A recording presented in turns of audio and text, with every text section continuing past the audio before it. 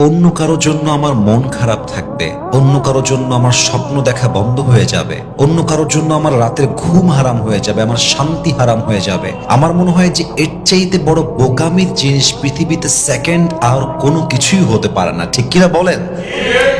और भी दुख है जमाने में मोहब्बत के सवा, राहत और भी है वसल के राहत के सवा। तू नहीं तो कोई और सही, कोई और नहीं तो कोई और सही, बहुत लंबी है जमी मिलेगी लाखों हंसी, इस जमाने में सनम तू अकेला तो नहीं। দুনিয়াতে মানুষ শুধু একটাই নাই ভাই।